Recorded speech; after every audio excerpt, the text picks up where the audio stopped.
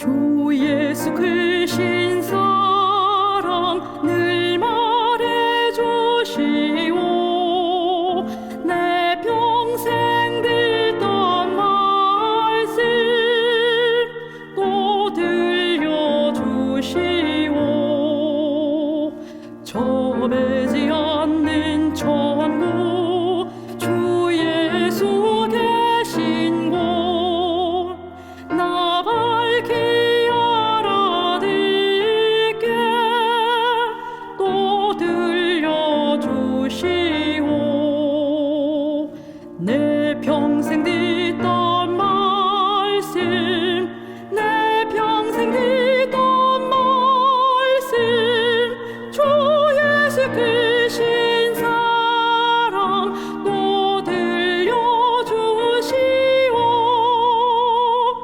주 예수 나를 위해 이 세상 오셔서 나 같은 죄인 위해 피 흘려 주셨네. 날 구속하신 은혜 늘 잊기 쉬우니 이 복스러운 말씀 또 들려주시오. 내 평생 듣던 말씀 내 평생 듣던 말씀 주 예수 크신 사랑 또 들려주시오. 이 세상 헛된 영광 날 미워갈 때에 주 예수 크신 사랑 늘 들려주시오. 저 하늘 빛난 영광 내 눈에 비칠 때 주 예수 크신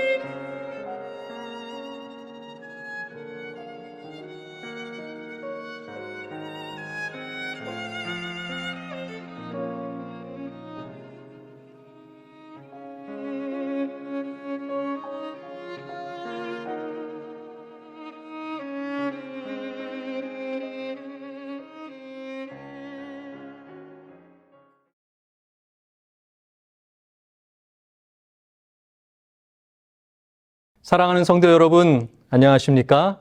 저는 파주중앙교회의 박정훈 목사입니다. 오늘 저는 여러분들과 함께 사도행전 19장과 사도행전 27장과 28장을 본문으로 바울의 입장에서 말씀을 나누어 보려고 합니다. 오늘 우리는 바울의 입장이 되어 보려고 합니다. 설교를 들으시는 여러분들께서 지금 이 시간 바울이 되었다고 생각해 보시기 바랍니다. 자, 그럼 준비되셨나요? 바울의 입장에서 말씀을 시작하겠습니다. 저는 바울입니다. 2차 선교 여행은 정말 고난의 연속이었습니다. 빌립보에서는 감옥에 갇히고 데살로니가에까지 유대교도들이 쫓아와서 습격을 하고 아덴으로 피했는데 그곳은 너무 철학적인 곳이어서 힘들었습니다. 그렇게 다시 이동한 곳은 고린도였는데 그곳은 또 가장 음란한 도시였습니다. 그렇게 지칠 대로 지친 저에게 하나님은 찾아오셨습니다. 저를 위로하여 주시고 힘을 주셨습니다. 또한 가장 타락한 도시 고린도에서 브리스길라와 아글라 부부라고 하는 귀한 동역자를 만나게 되었던 겁니다. 그렇게 힘들게 2차 선교 여행을 마치고 저는 다시 안디옥 교회로 돌아왔습니다. 그리고 또다시 3차 선교 여행을 준비합니다. 1차, 2차 선교 여행을 성공적으로 마친 저에게 있어서 3차 여행을 앞두고 가장 필요했던 것은 무엇이었을까요? 그것은 바로 초심을 회복하는 것이었습니다.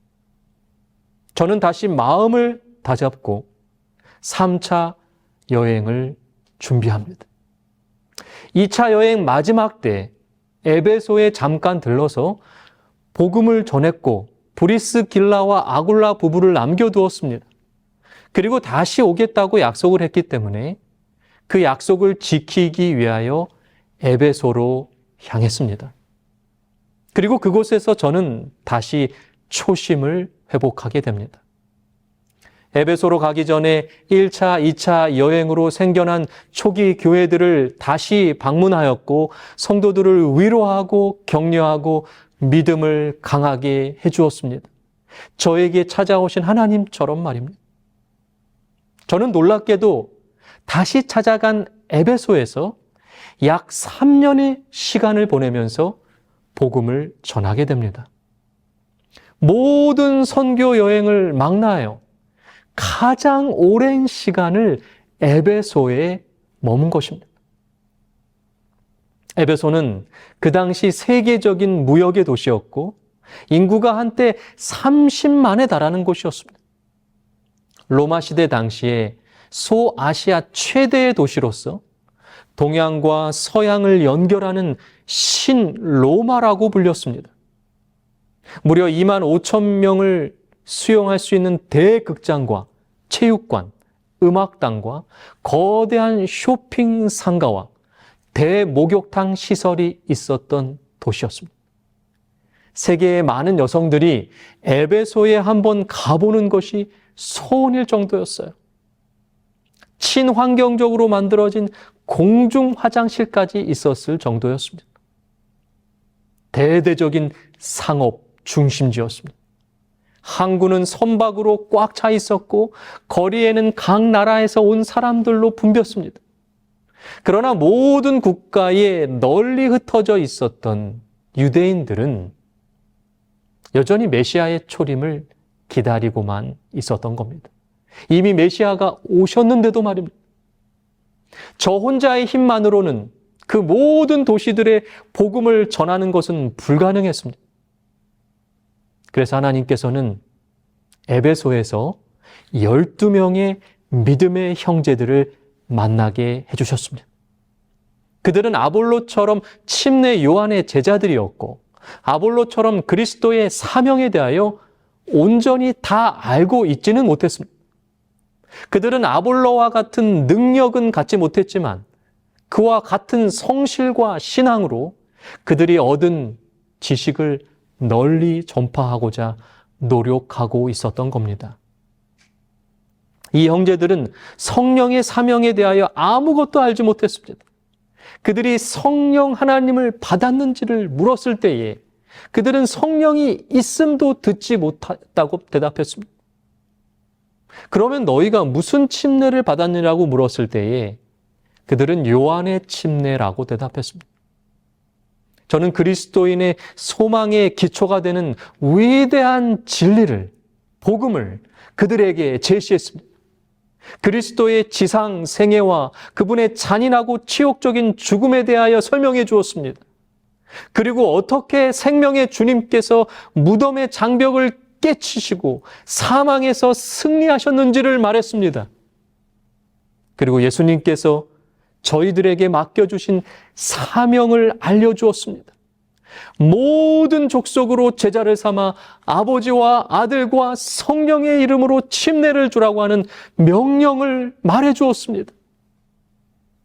그 일을 이루게 해주시기 위하여 보혜사 성령 하나님을 보내시리라고 하는 그리스도의 약속에 대하여 그들에게 말해주었고, 그 약속이 오순절 날에 얼마나 영광스럽게 성취되었는지를 설명하였습니다.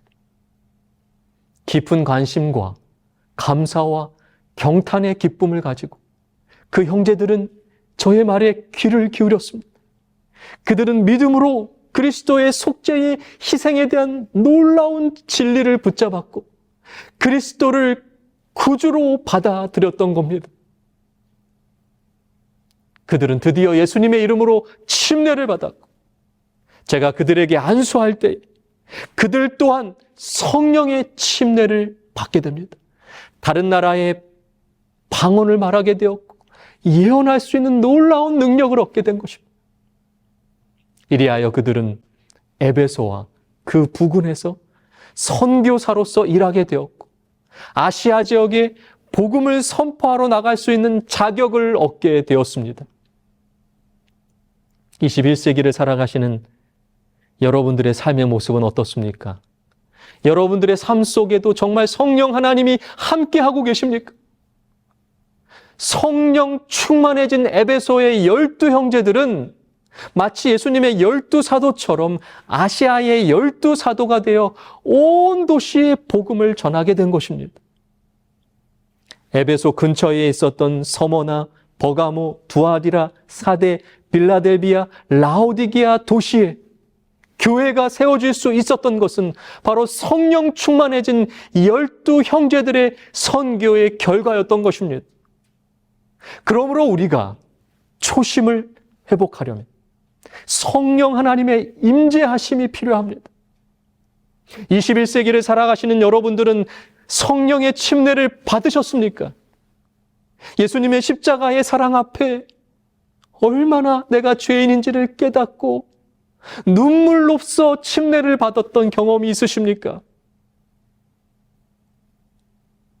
한 번의 성령의 경험으로는 뜨거움을 유지할 수 없습니다. 장작불이 계속 타려면 장작을 계속 넣어 주어야 되는 것처럼 말입니다. 그래서 저는 날마다 자아를 죽이고 성령의 침례를 받자고 간곡히 호소하는 겁니다. 매일 성령의 침례를 통하여 우리의 자아가 죽고 거듭나야 우리의 신앙의 초심을 회복할 수 있고 유지할 수 있기 때문입니다. 제가 처음 예수님을 만나고 얼마나 뜨거웠는지 모릅니다. 하지만 그 뜨거움을 계속 유지하는 것은 결코 쉽지 않았습니다. 여러분, 진정한 신앙이라고 하는 것은 무엇입니까? 사람에게 의존하지 않고 스스로 말씀을 읽고 묵상하면서 그 속에서 예수님의 놀라운 십자가의 사랑을 경험하고 우리의 삶에서 예수님과 동행하면서 살아가는 것이 진정한 신앙인 겁니다. 그렇게 살아갈 때 예수님은 끊을 수 없는 줄로 우리와 연결되실 것입니다. 에베소의 12 형제들이 쓰임 받을 수 있었던 것은 겸손하고 가르침을 받을 만한 정신을 품은 까닭이었습니다. 거룩한 생활에서 거의 진보하지 않는 사람들이 많은데 그 까닭은 그들이 너무 자신만만하여 배우는 위치를 취하지 않기 때문입니다. 그들은 하나님의 말씀에 대한 피상적인 지식으로만 만족합니다. 아는 신앙인 거예요. 그들은 그들의 믿음이나 행실을 변화시키기를 원치 않고 보다 큰 빛을 얻으려고 노력하지 않습니다. 만일 예수님을 따르는 이들이 열렬히 지혜를 간구할 것 같으면 아직 그들에게 알려지지 않은 진리의 풍요한 밭으로 인도함을 받게 될 것입니다. 자신을 완전히 하나님께 맡기는 사람은 하나님의 손길로 인도함을 받게 될 것입니다. 미천하고 타고난 재능이 없을 수도 있지만 사랑과 신뢰의 마음으로 하나님의 모든 뜻을 순종하면 그의 능력은 순결하고 고상하게 되고 활력을 띠게 될 것입니다. 그런 사람들이 거룩한 지혜의 교훈을 간직하게 될 때 그에게는 거룩한 사명이 위임될 것이고 그는 자신의 생애로 하나님께 영광을 돌리며 세상 사람들에게 축복이 되게 할 수 있을 것입니다. 뿌리에서 올라오는 포도나무의 수액이 가지로 확산되어서 성장을 유지시키고 꽃과 열매가 맺히게 되는 것입니다. 그와 같이 예수님에게서 나오는 생명을 주는 성령의 능력은 영혼에 스며들어서 동기와 애정을 새롭게 하고 생각들까지도 하나님의 뜻에 복종하게 하고 받은 이에게 거룩한 행위에 귀중한 열매를 맺을 수 있게 하는 것입니다.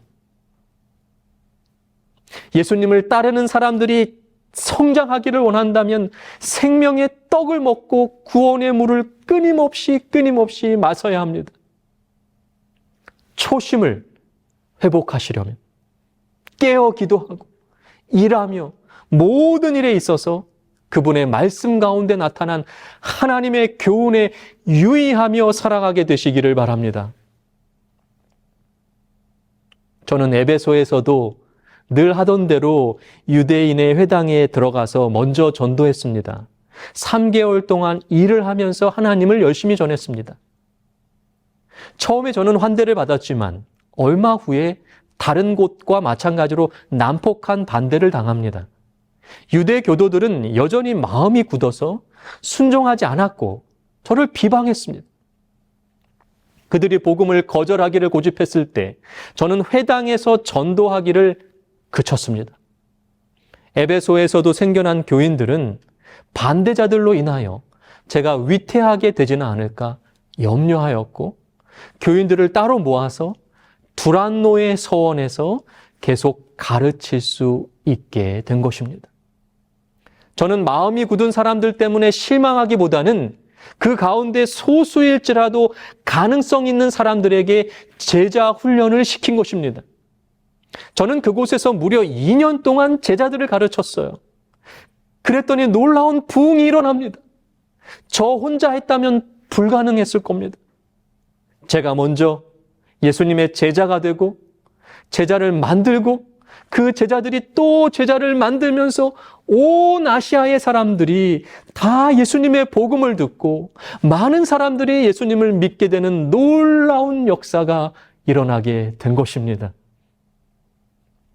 21세기에 여러분들도 먼저 진정한 제자가 되십시오. 그리고 또 제자를 만들게 되시기 바랍니다. 우리의 신앙이 정체되는 이유는 교회를 다니는 것으로만 만족하기 때문입니다. 신앙의 초심을 유지하려면 반드시 우리는 제자가 되어야 되고 제자를 삼아야 합니다. 저는 결코 에베소의 대형 교회를 만들지 않았습니다.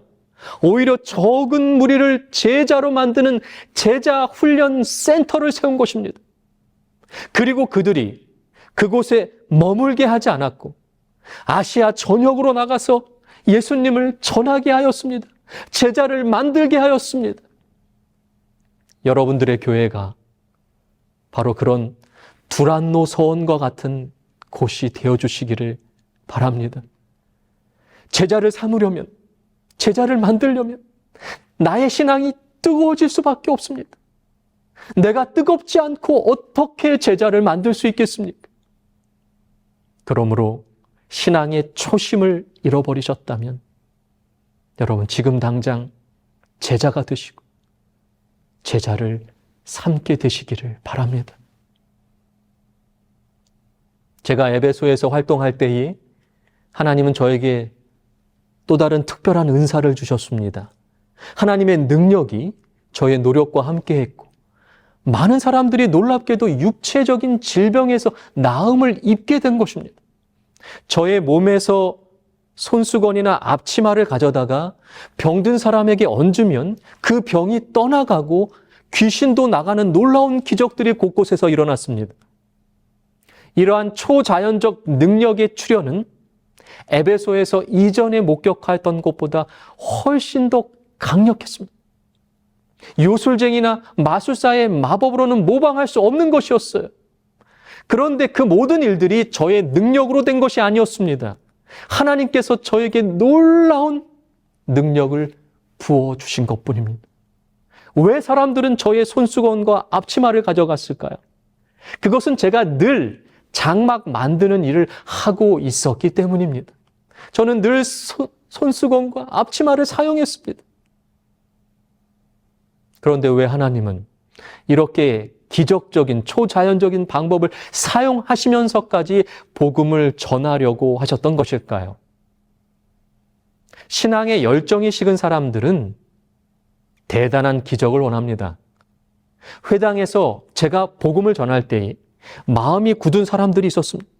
그들에게 아무리 복음을 전하려고 해도 그들은 복음을 받아들이려고 하지 않았습니다. 그러나 하나님은 그러한 그들까지도 포기하지 않으셨던 거예요. 마음이 굳은 사람들의 특징은 눈으로 보이는 것을 믿는 사람들입니다.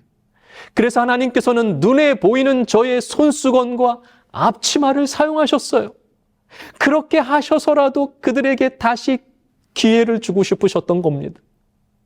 신앙의 초심을 잃은 사람들은 눈에 보이는 무언가 큰 기적을 바랍니다. 기적 같은 일들이 기도의 응답으로 이루어지면 왠지 다시 뜨거워질 것 같은 기분이 들기 때문에 그래요. 그러나 여러분, 그렇게 생긴 뜨거움은 잠깐 다시 열정이 생기게 할지 모르지만 지속되지 않는다는 거예요. 뜨거운 불이 빨리 식어지는 것처럼 말입니다. 손수건과 앞치마를 미신적으로 받아들인 사람들은 병이 나았을지 모르겠지만, 귀신이 나갔을지 모르겠지만 복음을 통한 영원한 생명을 유지하지는 못했다는 것입니다. 기적이 복음으로 이어져야만 합니다. 저의 땀 묻은 손수건과 더러워진 앞치마는 힘들게 장막을 만드는 노동 속에서도 주위 사람들에게 모본이 되려 하고 하나님을 전하려고 했던 성실한 사람이었음을 증명하는 것이었습니다. 그러므로 여러분, 이제 우리는 말로만 하나님을 전하는 사람이 되어서는 안 됩니다. 삶이 예배요, 예배가 삶이 되게 해야 합니다. 저처럼 삶이, 일상이 예배가 되시기를 간절히 바랍니다.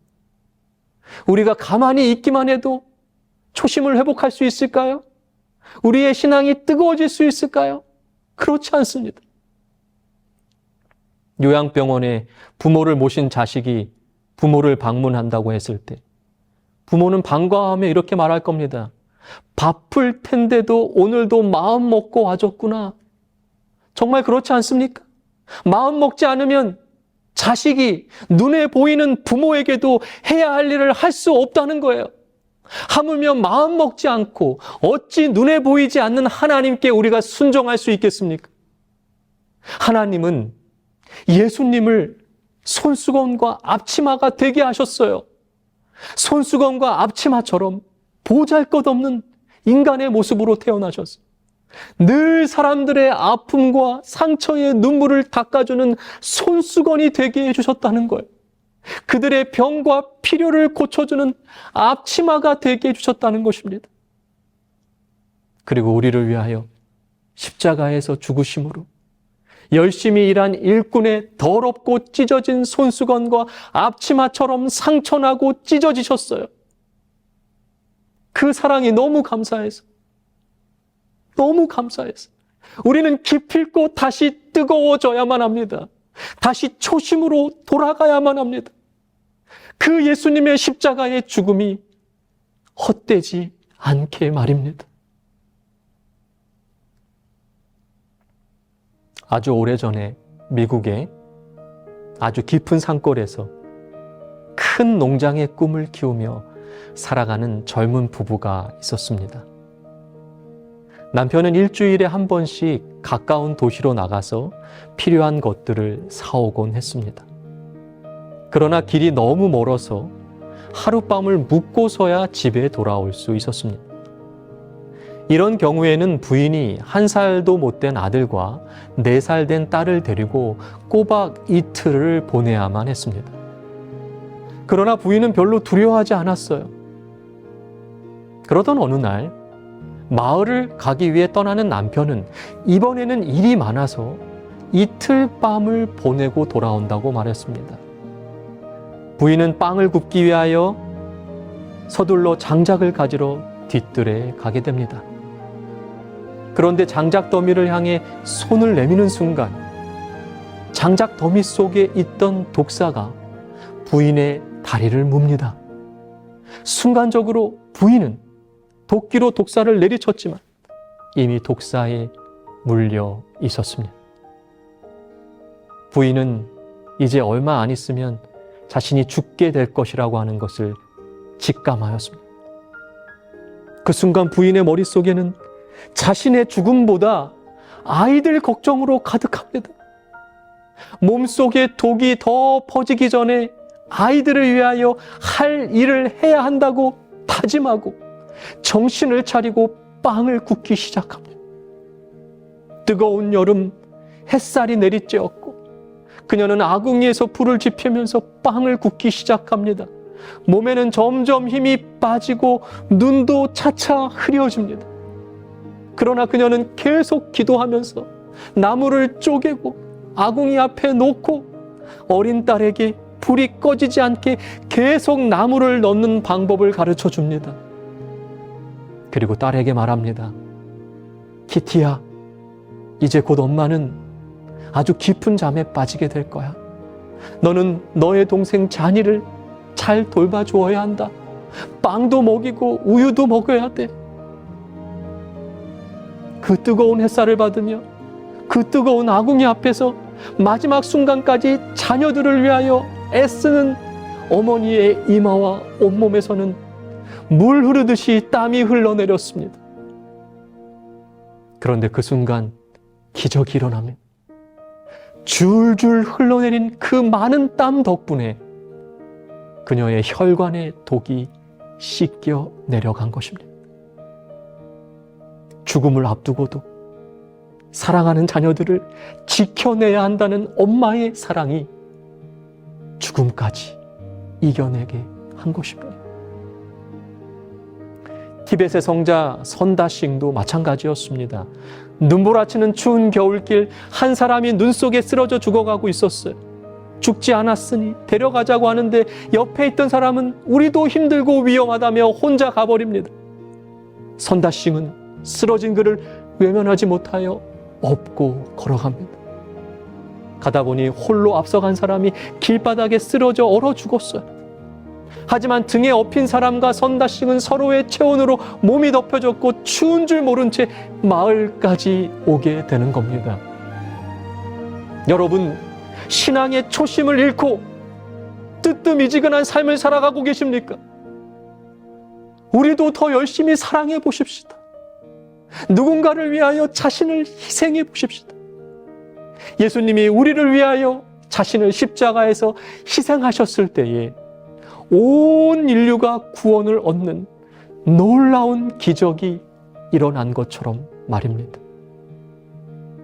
그 십자가의 놀라운 사랑의 힘으로 여러분들의 신앙의 초심을 회복하고 유지하게 되시기를 간절히 바랍니다.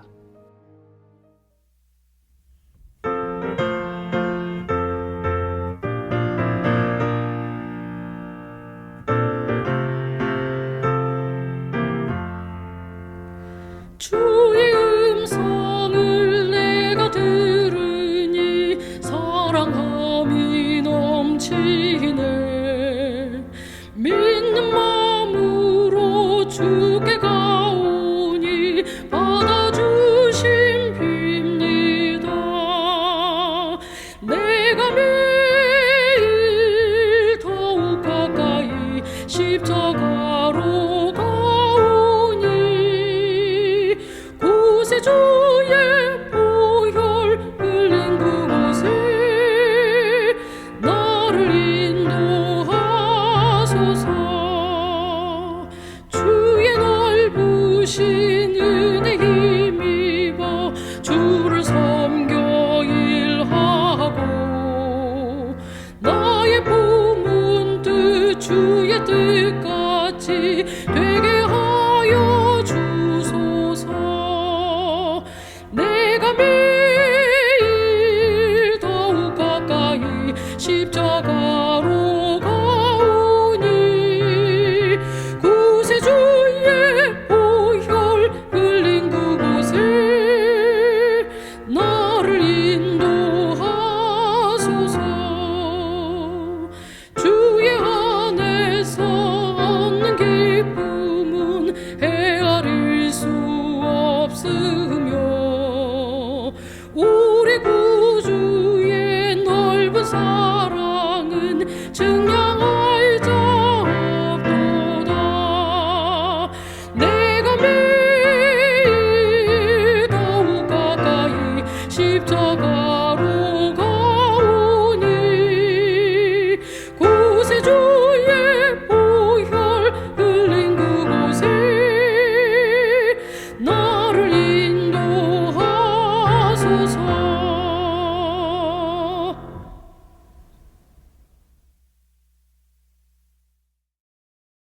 사랑하는 하나님, 에베소의 12명의 믿음의 형제들이 성령의 침례를 받아 아시아의 12사도가 되었던 것처럼 저희도 매 순간 성령 하나님의 임재 속에서 살아가게 하여 주시옵소서. 신앙의 초심을 유지하기 위하여 성령 하나님의 임재하심을 갈급하게 하여 주시옵소서. 바울의 고백처럼 날마다 자아를 죽이고 성령의 침례를 받게 하여 주시옵소서. 사람에게 의존하지 않고 스스로 말씀을 읽고 묵상하면서 그 속에서 예수님의 놀라운 십자가의 사랑을 경험하고 예수님과 동행하며 살아가는 그 신앙을 유지하게 하여 주시옵소서. 초심을 회복하기 위하여 깨어 기도하고 일하며 모든 일에 있어서 그분의 말씀 가운데 나타난 하나님의 교훈에 유의하며 살아가게 하여 주시옵소서. 바울이 에베소의 두란노 서원에서 제자를 만들고 그 제자들이 또 제자들을 만들면서 온 아시아에 복음이 전해진 것처럼 저희도 제자 되고 제자 삼는 진정한 제자로 살아가게 하여 주시옵소서. 예수님의 이름으로 간절히 기도합니다. 아멘.